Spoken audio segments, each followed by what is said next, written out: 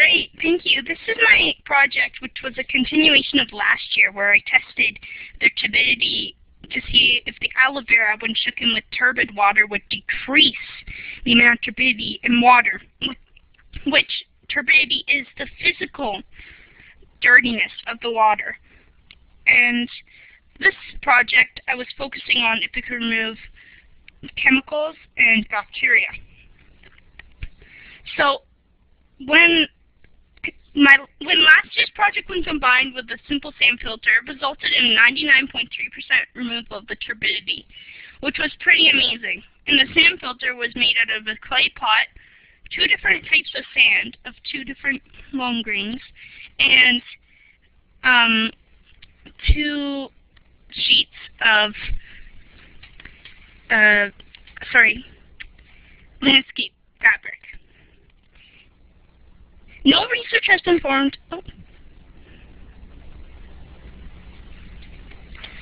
So, the Yale University, under Dr. Julie Zimmerman, proved that prickly pear cactus mucilage removed turbidity from water. University of South Florida Normal A. Cantor revealed that prickly pear cactus mucilage binds to some bacteria, as well as arsenic, under different water pH, creating a large carbohydrate molecule which cannot pass through a sand filter. The use of prickly pear cactus and aloe vera for purification of water may help fulfill the need for a simple point-of-use water purification in developing countries. The EPA estimates that 10 to 20% of an adult's exposure to lead comes from drinking water, with the exposure being closer to 40% to 60% for infants. So lead is one of the biggest contaminants for water. Now, it is postulated that along with the removal of physical turbidity and contaminated water, the aloe vera mucilage will remove some bacterial and chemical components from this water when used in conjunction with the sand filter. The removal of bacteria from local water samples using aloe vera mucilage and simple sand filter, multiple use to mimic one used in a developing country. So here I was going to test and see if it removes bacteria.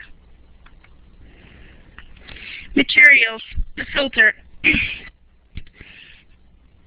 Now, I use my clay pot filter and my aloe vera plant, the McConkey agar plates for growth of gram-negative bacteria, petri dishes, hockey stick, which is this like glass. It looks like one of those things they use to adjust the seat on your bike, which is made out of glass, and a Bunsen burner, as long as water samples from a local Alberta lake, tap water, Kootenay River, and mountain spring. An incubator, pipette, and ethanol were also used. And the control variables were the non-aloe vera and non-filtered water samples, which are the local Alberta lake, the tap water, Kootenay River, mountain spring. The manipulated variables were the aloe mixed with the sand filter water samples, the local lake, blah blah blah. The responding variables were the growth of gram-negative bacteria on agar plates. The collection of water samples in my procedure was in clean containers, divided into controls and manipulated samples. I prepared the mucilage and sand clay pot filter, mixed 30 ounces of each sample with aloe vera, poured mixture through sand filter, and collected the water samples into sanitized water bottles. I then transported them to Ryerson University with Dr. Boston. I prepared the McConkey agar plates and lit the Bunsen burner to sanitize the area. I drew 100 microliters of water samples, controlled and manipulated into pipette, and squirted it into the agar plates and spread it with the hockey stick. I placed the samples into the incubator at 37 degrees Celsius for 24 hours. I observed and counted the colonies, multiplying it by 10. This is the way to scientifically count gram-negative bacteria. So my observations were, I collected the water separately from Alberta and BC. So October 1st was when I collected it from Alberta, and October 7th was when I collected it from BC. The lake sample was very murky and green in color, and the mountain spring water was very clear, but smelt musty. River water was somewhat clear and had a seaweed-like smell to it. Tap water was clear and had a chemical smell to it. Once the water samples were mixed with mucilage, the following was noted. The lake sample had strings of mucilage and turned pink, and the smell was gone. The mountain spring water had strings and also had pinkish tinge. River sample was totally clear. Tap water became foamy with strings of mucilage. The controlled and manipulated water samples were then observed for colony growth post-incubation. Sorry. So this is my graph. I'm just going to grab a pointer here.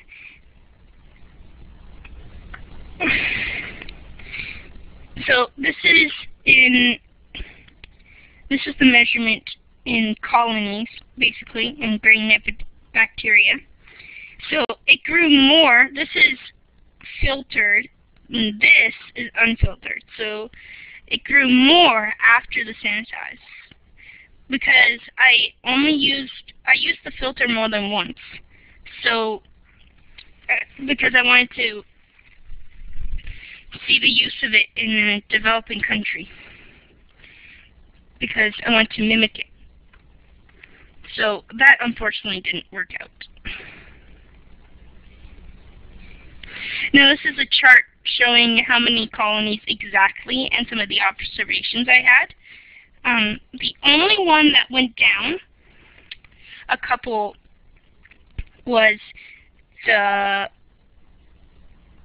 Mountain Spring. It went down from 860 down to 110, which was,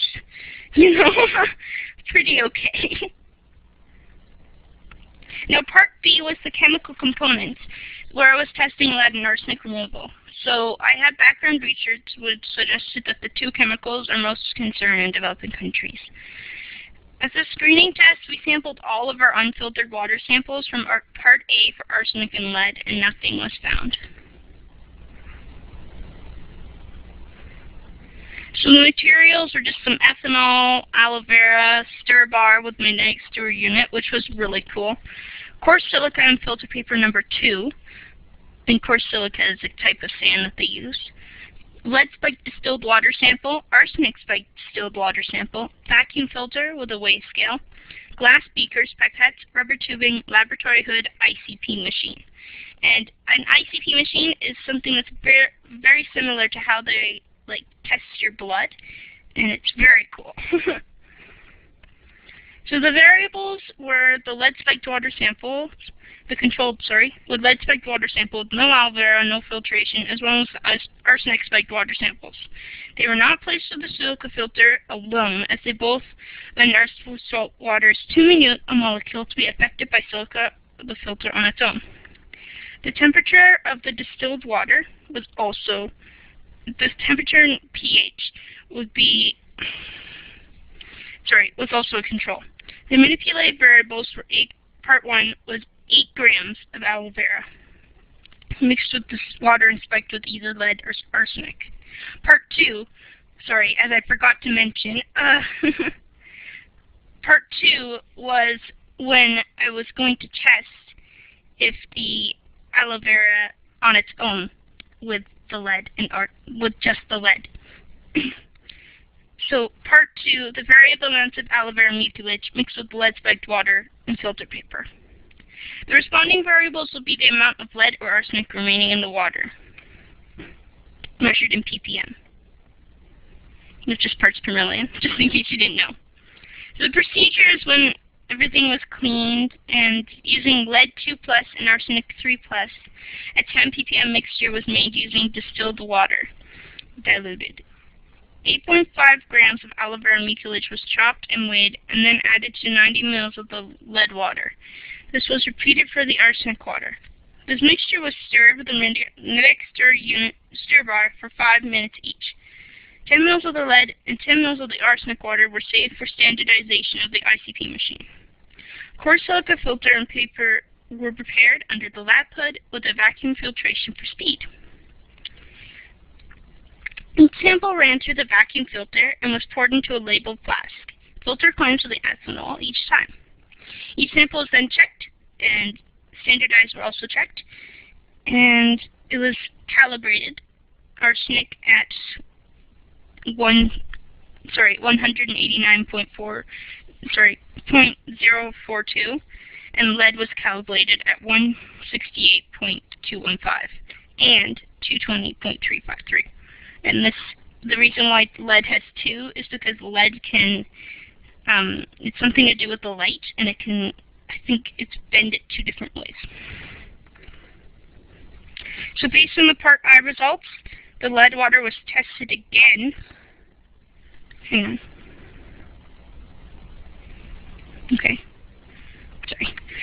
Based on Part I results, the lead water was tested again with variable amounts of aloe vera mucilage. 8 grams of chopped aloe vera mucilage was added to 10 ppm of lead and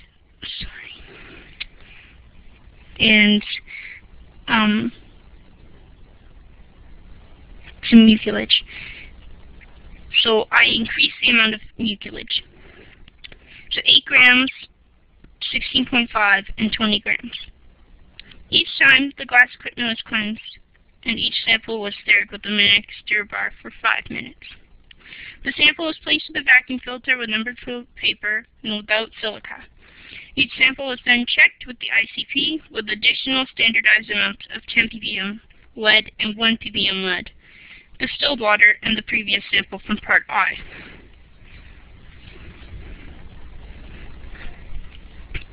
So this is Part I, observations. Both arsenic and water samples turned from clear to foamy, and both samples cleared through the silica filter really quickly. The results are as follows.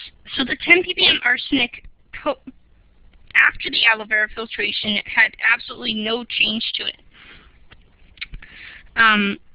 So it went from, in fact, it went 0.8 higher. So 10 ppm lead water had an over 60% reduction in lead, which was pretty cool. Part I observations were that all samples were cloudy after mixing with the aloe mucilage, and the higher amount of mucilage, the more vacuum was needed to clear the liquid through the filter paper. The filter paper was easily clogged, and the results were as follows. 8 grams aloe vera and lead at one of the angles was 7.9845, and you can see the results there. And this is it in the chart. So pre-aloe 1, arsenic had no change. This is just to show you in a 3D graph. And pre-aloe in the green, and post-aloe 1 and post-aloe 2 for both lead is right here. So you can see the difference. The Part B, Part 2, RI variable amounts of aloe vera filter paper only mixed with lead water showed a linear relationship with the amount of aloe vera. So the more aloe vera you added, the more decreased the amount of lead in the water. So you can see if I added more and more grams of aloe vera, the more and more it would decrease the amount of lead in the water. So, in conclusion to Part A, the use of aloe vera mucilage was, with a repeated use of simple sand filter, did not remove any bacteria. In fact, more gram-negative bacteria grew in 3/4 water samples.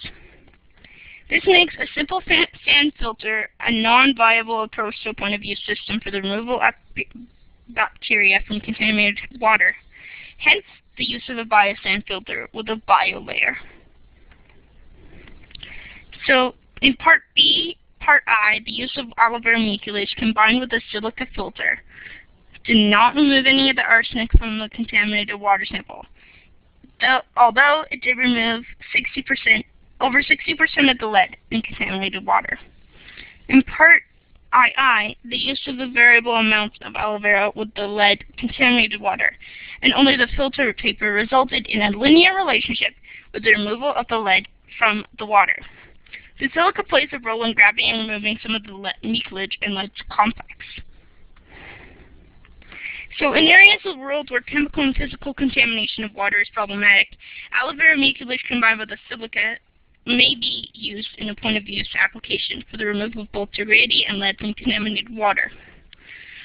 Further applications include the use of aloe vera in the purification of sewage, which is the physical turbidity, as well as the use of aloe vera with prickly pear cactus, combined to remove both turbidity, lead, and arsenic. This is where further investigation is required to determine the results of this nucleus combination. And this is my acknowledgements as well as my bibliography.